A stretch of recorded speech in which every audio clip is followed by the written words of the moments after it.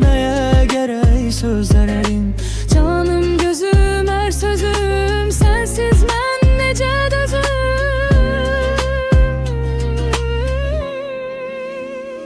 Gündən çıxaq kölgəyə, dəsmal verdim sevgiyə. Cəfa çəkdim, yar sevdim, qismət oldu özgəyə. Ay qız dur gəl yanıma, qadan balan canıma.